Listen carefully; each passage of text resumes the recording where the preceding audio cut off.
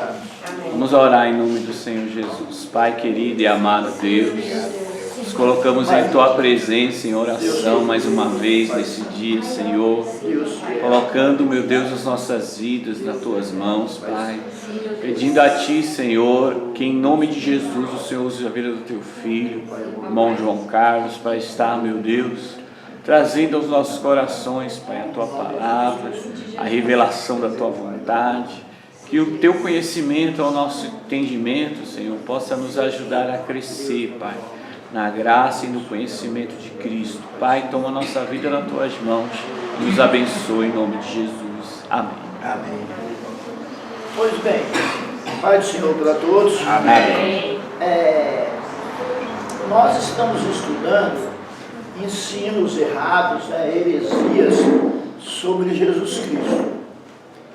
E aí às vezes a gente se pergunta, por que eu tenho que saber essas doutrinas com esses nomes diferentes que eu não estou acostumado, nomes que não estão na Bíblia? Por que eu tenho que aprender isso? Nós precisamos aprender isso porque, apesar de ter acontecido no passado, esses nomes às vezes dessas pessoas e dessas doutrinas às vezes são desconhecidos para nós, elas existem no nosso meio ainda hoje. Existe na cabeça, no coração de algumas pessoas que ficam ensinando isso dentro das igrejas. Existem seitas com essa posição. O que é uma seita? Uma seita é um grupo maior, um grupo religioso menor, que saiu de um grupo maior. Por exemplo, Testemunha de Jeová. Testemunha de Jeová é uma seita. Ela saiu dos grupos evangélicos. Mormonismo, os mormons, é uma seita, saiu dos grupos evangélicos. Então isso é uma seita.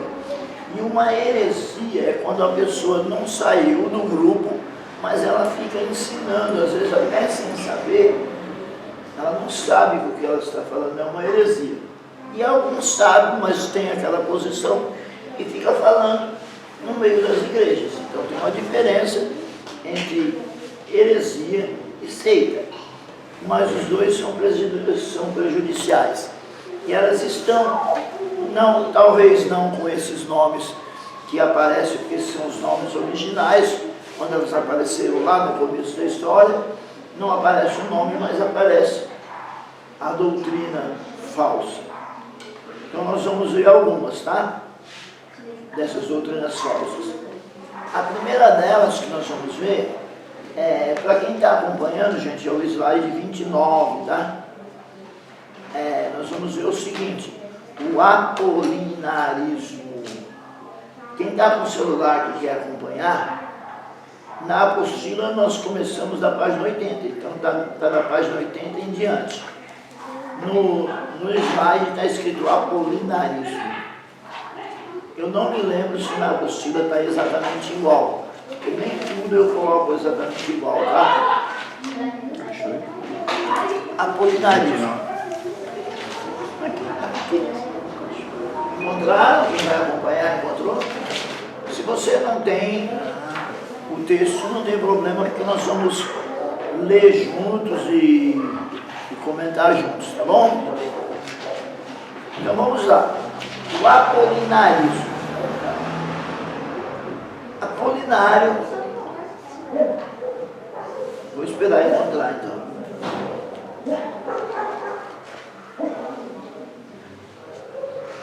A senhora que está com a apostila encontrou, minha irmã? Não? Põe ela na página 80. Procura da página 80 a seguir. Apolinarismo. Apolinarismo. Deixa eu ver se eu acho, pessoal.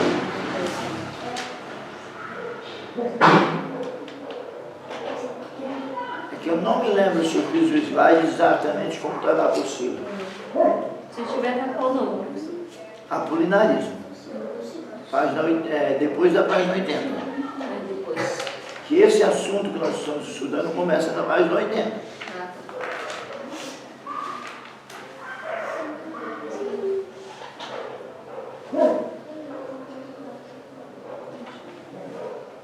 ou apolinarismo? Se não encontrar, não tem problema. Acompanha comigo aqui. Acompanha aqui, Zé. Vamos lá? Então, Apolinário, que se tornou bispo em Laodiceia em cerca de 361. Esse negócio aqui está antes de Cristo, está errado, tá, gente? Foi erro de digitação. É depois de Cristo, tá bom? Apolinário, que se tornou bispo em Laodiceia cerca de 361 depois de Cristo, ensinava que a pessoa... Então, o que é esse bispo dessa cidade chamada Laodiceia, 361, ano 361, o que ele ensinava que é considerado uma heresia? Ele ensinava o seguinte: a pessoa única de Cristo possui um corpo humano, mas não uma mente humana, e que a mente de Cristo provinha da natureza do Filho de Deus. Nós não aprendemos que Jesus é 100% Deus? Sim ou não? Sim. Temos prova na Bíblia, nós já estudamos, encontramos provas na Bíblia de que Jesus é 100% Deus? Encontramos, né? Jesus é 100% Deus. Agora, Apolinário vem e ensina que Jesus tem uma mente divina. 100% Deus e 100% homem. Se ele tem uma mente divina, ele não é 100% homem.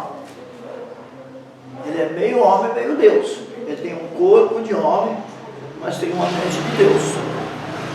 E se ele tem uma mente de Deus, todo o sofrimento dele durante a sua vida e a crucificação, porque ele não sofre só na crucificação, ele já é rejeitado quando nasce, não é assim que acontece? Quando nasce já fogem com ele para o Egito, para que ele não morra na perseguição de Herodes. Quando chega no Egito, ele não tem um lugar para que ele venha a nascer. Verdade? Embora aquele negócio, gente, de Jesus nascer ali entre os animais, eu vou contar uma coisa para vocês, tá? Aquilo ali, no presépio católico, está meio exagerado. Por que a Igreja Católica exagera aquilo ali? Hoje, nem tanto. Hoje é tudo politicamente correto, tem o ecumenismo, né? Não, todos são cristãos, vamos ficar todos juntos. Mas a princípio não era assim. A princípio a Igreja Católica era antissemitista. O que é antissemitista? Abraão é descendente de Sem, de um dos filhos de Noé. Então os judeus são semitas, são descendentes de Sem.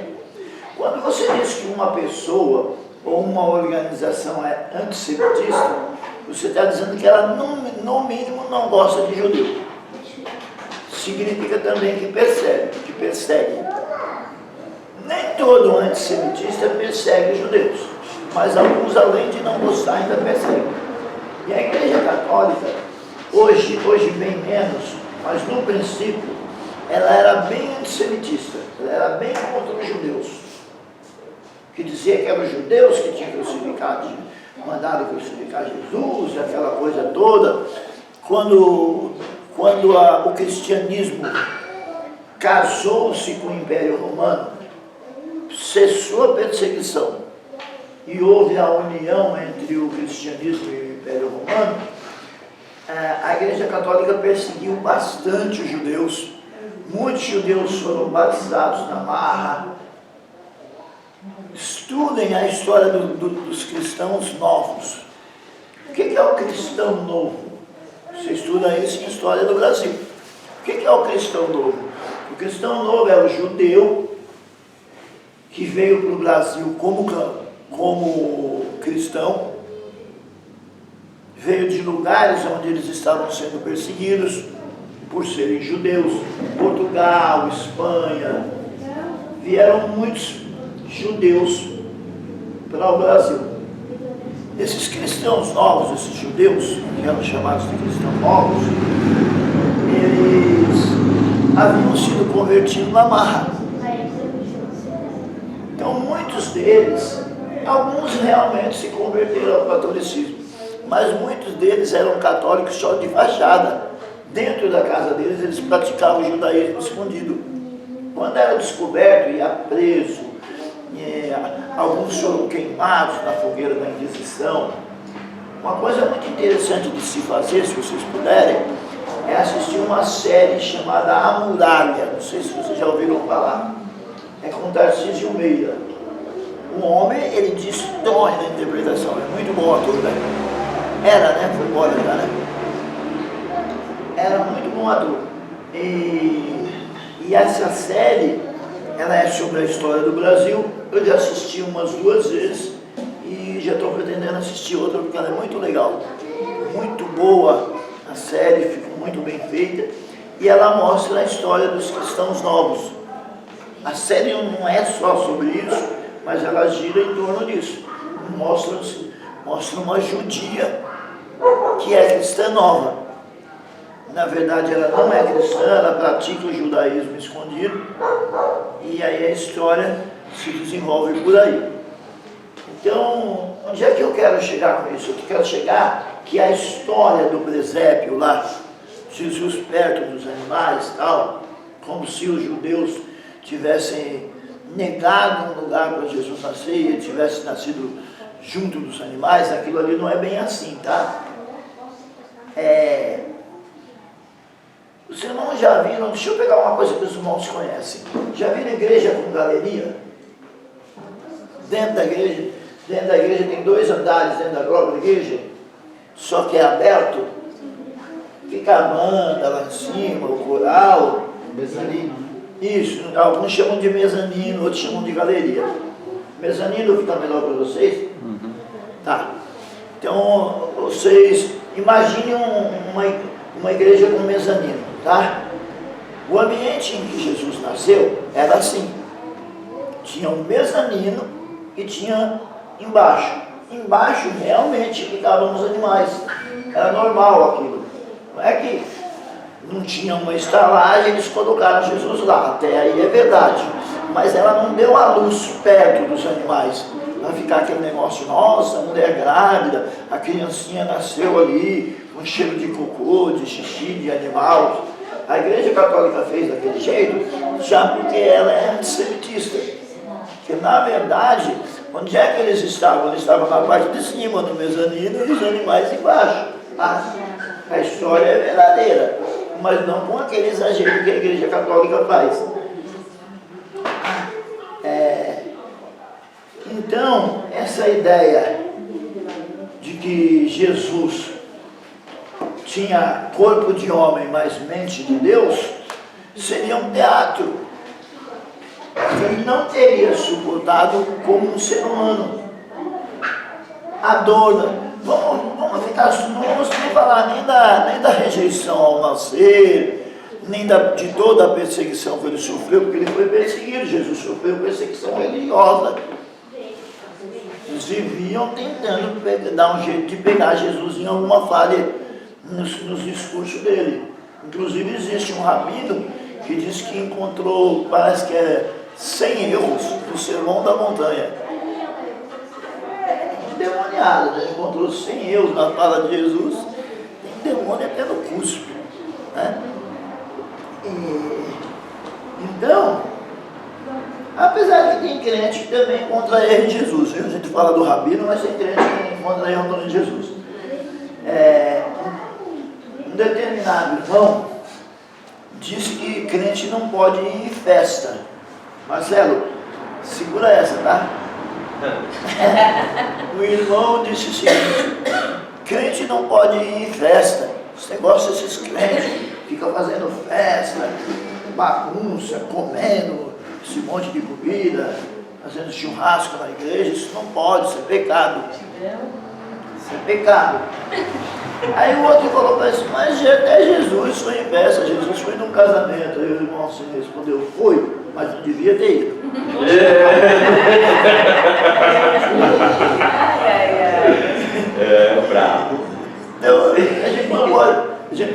reclamar muito que o Rabino encontrou 100 ou mais erros no Sermão da Montanha. Eu, como não estou doido nem nada, nem fui procurar os erros que ele encontrou. Deixa esse negócio para lá, né? Que isso vai dar problema depois. Seja como for, ensinar que Jesus não tem uma mente humana, tem uma mente divina, faz de toda a vida de Jesus um teatro. Porque ele fingiu ser um homem. Porque se não tem mente de homem, não é homem. E mente de Deus, a mente de Deus é uma mente superior à do homem. E na hora de sofrer na cruz, quem sente dor é a mente. Será que a mente de Deus sentiria dor? Ou seria só tudo um teatro aquilo? Então Apolinário vai ensinar isso, que o corpo dele era de homem, mas a mente dele provinha da natureza divina de Deus. Mas as ideias de Apolinário foram rejeitadas pelos líderes da igreja na época. Eles perceberam que não era só o nosso corpo humano que necessitava de salvação e era representado na obra de Cristo, mas também a nossa mente e espírito humanos tinha de ser plena e verdadeiramente humana para nos salvar. Que ele não era nosso representante. Jesus não sofreu no nosso lugar como nosso representante para pagar o nosso pecado. Então, se ele tivesse só o corpo humano, o principal do pecado está na mente. Ele não teria nos representado perfeitamente. Então é uma heresia isso. E será que hoje em dia tem gente que ainda pensa assim? Que a mente de Jesus era uma mente divina? Gente, isso é complicado de entender. Complicado de entender. Porque ele era onisciente, ele sabia de tudo. Ele sabia de tudo. Mas só que ele não agia como onisciente todo o tempo. Não sabia? Ele não agia como onisciente todo o tempo.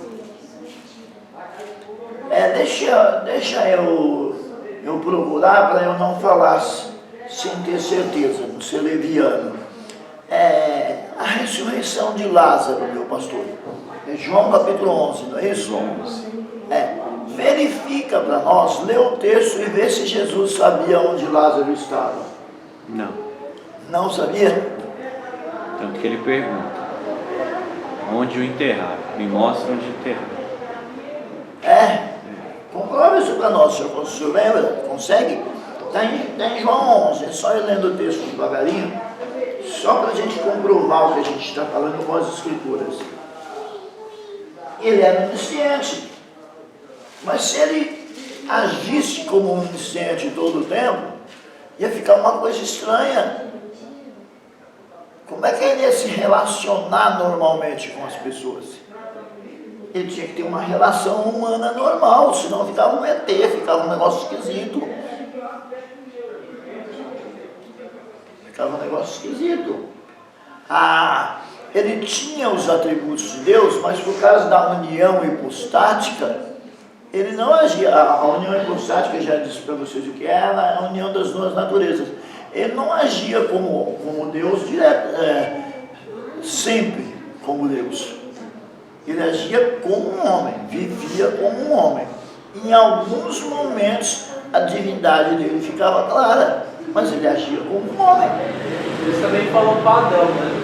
Padrão também onde você está, não é? Ali, no caso de Deus, é uma oportunidade que ele está dando a Deus, a Adão, de manifestar-se. É um pouco diferente do caso de Jesus. Sim, mas ele sabia disso.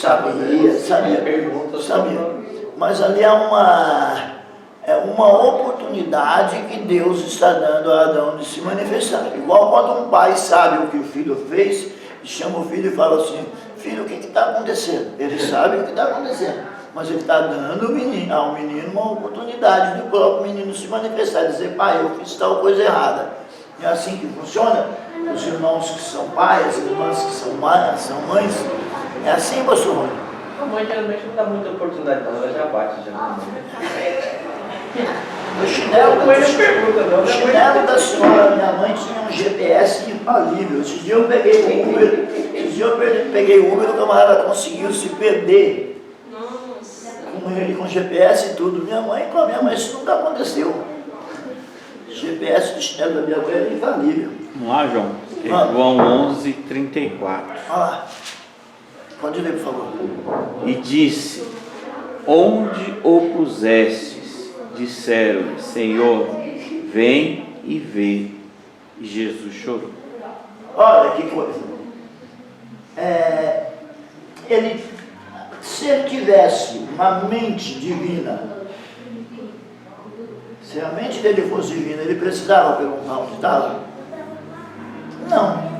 Mas isso faz com que ele deixe de ser onisciente? Não, ele era onisciente. Apenas a união hipostática, a união das duas naturezas, permitia que ele vivesse como um homem normal, para poder nos representar. O mistério, o grande mistério, gente, é a união hipostática, é a união das duas naturezas. A encarnação, ela é o maior mistério. Eu, da minha parte, eu acho o mistério da encarnação mais difícil de entender do que o da ressurreição. Eu acho mais difícil. Cada um tem sua opinião sobre as coisas. Quando eu estudo cristologia, eu acho o mistério da encarnação mais difícil o mistério da encarnação mais difícil de entender do que o da ressurreição. Pois bem, então, ele tinha sim uma mente normal, uma mente humana. Se a mente dele é humana, o que faz a gente sentir dor é a nossa mente. Ele sentiu toda a dor da crucificação. Quando dizia que ele ficou triste, ele ficou realmente triste, porque a mente dele entendeu a situação como a mente de um homem, e ele como um homem se entristeceu. Então não pode ensinar que Jesus não tinha uma mente humana. Ele tinha uma mente humana sim. Como também não pode ensinar várias coisas que andam ensinando por aí. Né? O chefe vereador, que eu não vou falar o nome dele, porque é Abílio Santana, eu acho que eu falei o nome do homem. Falou não. Não falei não? Não. Ainda bem que eu tomei cuidado. Ensinou que quando chegava um móvel na carpintaria de Jesus, diz que Jesus fazia aquele móvel, um móvel que ia levar 15 dias para fazer, uma semana, ele fazia em 2 horas, 1 hora. Por isso que Jesus era rico, que a carpintaria dele era muito bem frequentada. Tudo isso para provar que aquela casa onde desceu o teclador, onde desceu, não, mas não se assusta não, que tem coisa pior por aí. Tem coisa pior por aí. Tudo isso para dizer que aquela casa que Jesus tinha em Cafarnaum era dele. Para ter uma casa em Cafarnaum, precisava fazer isso aí, eu não sei nem qualificar, isso é magia, da magia, ou é feitiçaria.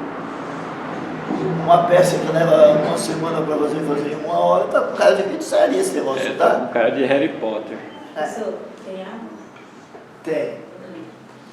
Então, mas é engraçado que acho que ele fala que nem colocava a mão, ele só mandava falar, passa a cadeira lá, eu já passava assim. Mas está uma disputa. Seu Abílio Santana, falei o nome do homem outra vez, está em uma disputa terrível com outro que eu também não vou falar o nome, porque é Marco Feliciano. Inclusive, para esse eu estou fazendo campanha política, Marcos Feliciano, para presidente da República, que é para ele cuidar de política e deixar a teologia para quem entende. Parar de falar bobagem e heresia. A última que me contaram do seu Marcos Feliciano, me contaram, tomara que seja mentira. Mas foi crente que me contou, disse que crente não mente. Me contaram que eu não tenho mais coragem de ouvir o Marcos Cristiano, não. Eu até tento, mas está difícil. Me contaram que ele está pregando que os 12 apóstolos, cada um tinha um signo.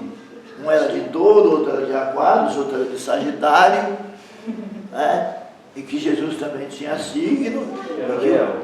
E que, oi? Devia ser leão, né? Jesus. E que o crente... Não, eu não quero entrar no mérito da questão, porque se eu for entrar no mérito da questão, eu vou tomar muito tempo. Mas se Jesus tiver que ter um signo, Jesus é do signo de peixes. Jesus é do signo de peixes. Eu não quero entrar no mérito da questão, mas eu já falei, acho que eu vou falar rápido, eu vou completar a história rapidinho. Deixa eu acabar de falar a nova vida do Marco Cristiano, que eu explico isso para vocês. Então, o Marco Cristiano anda pregando que a gente precisa descobrir qual é o nosso signo. Não, gente, isso aí está ensinando astrologia para o povo. E não é astronomia, não, porque astronomia não tem problema. Astronomia não tem problema, porque a astronomia é uma ciência. Agora, a astrologia é religião. O homem está ensinando astrologia dentro da igreja e o povo está dando glória a Deus, aleluia, limpando vidraças e fazendo aviãozinho com astrologia. E helicóptero. Oi? E helicóptero. Helicóptero? É. Ah, pensei que só tinha avião, tem helicóptero Tem. também. Helicóptero também. Tem guindaste. Então, Qual que é? esse Apolinário, Até guindaste. esse Apolinário, o Apolinário, perto dos hereges de hoje, ele era bonzinho. Os hereges de hoje são bem pior do que o Apolinário. Ah, o Carlos Apolinário, você tá falando? Não, é um bispo Ah, tá. do ano 361, numa cidade de Laodiceia, chamado Apolinário. Tá? Ocorre que eu falei que eu ia falar sobre Jesus ser do signo de peixes, né? A astrologia, ela sempre existiu e ela foi ficando mais moderna com o tempo. Ela foi ficando mais moderna até chegar no, como ela está. Parece que é 12 signos que tem. Faz tempo que eu não leio sobre isso. 12 signos do zodíaco. Os 12 signos, né? Mas a astrologia sempre existiu. Não, é que eu assisti o Cavaleiro do Zodíaco. Desde o Egito, gente. Ó, volta pra cá. Eu vou brigar com vocês. A aula é aqui, ó. A aula é aqui, ó. Tem que ser bom pastor, professor. O pastor é bom nisso também. Joga videogame, né, professor? Aí manja demais, né? Gente, a aula é aqui, vai. Segura aí, não vou não. Então, a astrologia sempre existiu. Tanto sempre existiu que ela é dividida em eras. Quando o povo estava no Egito, o povo de Deus estava no Egito, na astrologia era a era de touro. Por isso que eles adoravam o bezerro, o filho do touro. Porque na astrologia eles estavam vivendo a era de touro. Tá? Quando o povo cai em pecado, Moisés vai lá buscar a lei, vai conversar com Deus lá no monte. Quando chega o povo já caiu em pecado.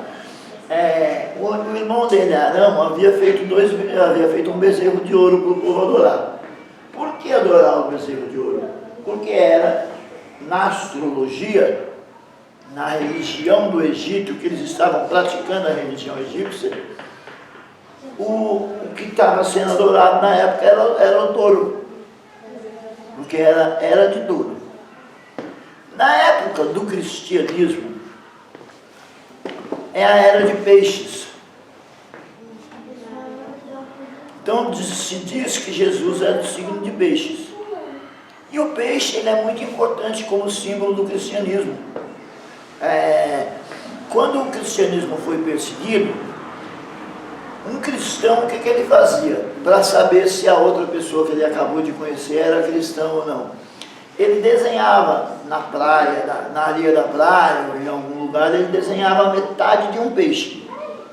Se o outro que ele acabou de conhecer fosse cristão também, ia e desenhava a outra metade, completava o peixe. Era uma forma que não podia dizer abertamente que era cristão. Então eu acabei de te conhecer.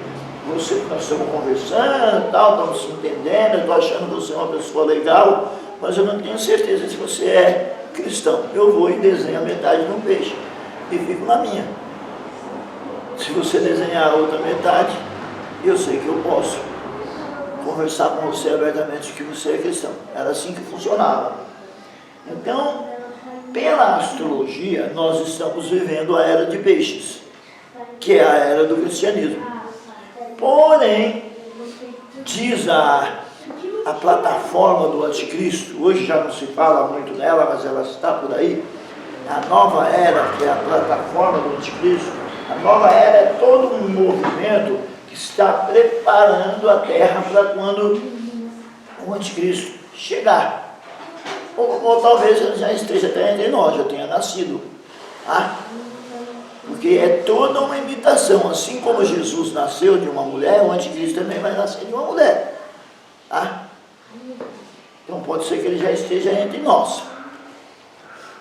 Ocorre que a nova era está preparando, é um movimento de várias religiões juntas, por isso que é um perigo esse negócio de ecumenismo, né? Várias religiões juntas, preparando a terra, preparando as pessoas para quando o anticristo vier. Por exemplo, o tal do chip. Mas tem gente que já tem chip.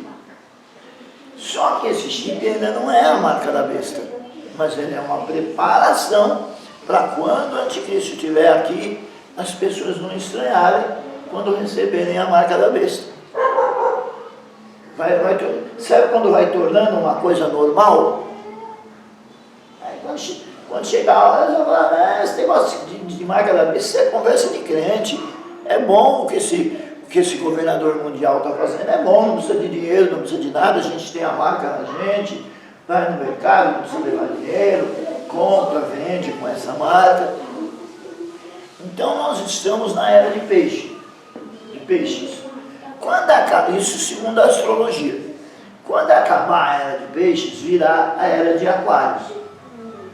E a era de aquário, eles estão ensinando o seguinte: os peixes que não se adaptarem à era de aquário serão tirados do aquário. Ou seja, nós crentes não vamos nos adaptar à era de aquário, seremos tirados. É uma maneira de justificar o arrebatamento da igreja, quando sumiu um monte de gente. Aí eles vão dizer, nós estamos vivendo um novo tempo, um tempo de alegria, um tempo de paz, um tempo de desenvolvimento, de avanço científico, e esse povo não se adaptou, esse povo de peixes não se adaptou à era de aquários, e aí eles foram tirados do aquário. Entende? Mas não é isso que o seu amigo Santana está ensinando, que o seu Marco Luciano está ensinando, não, ele está ensinando que cada crente tem um signo. Eu ensinar isso que eu ensinei para vocês,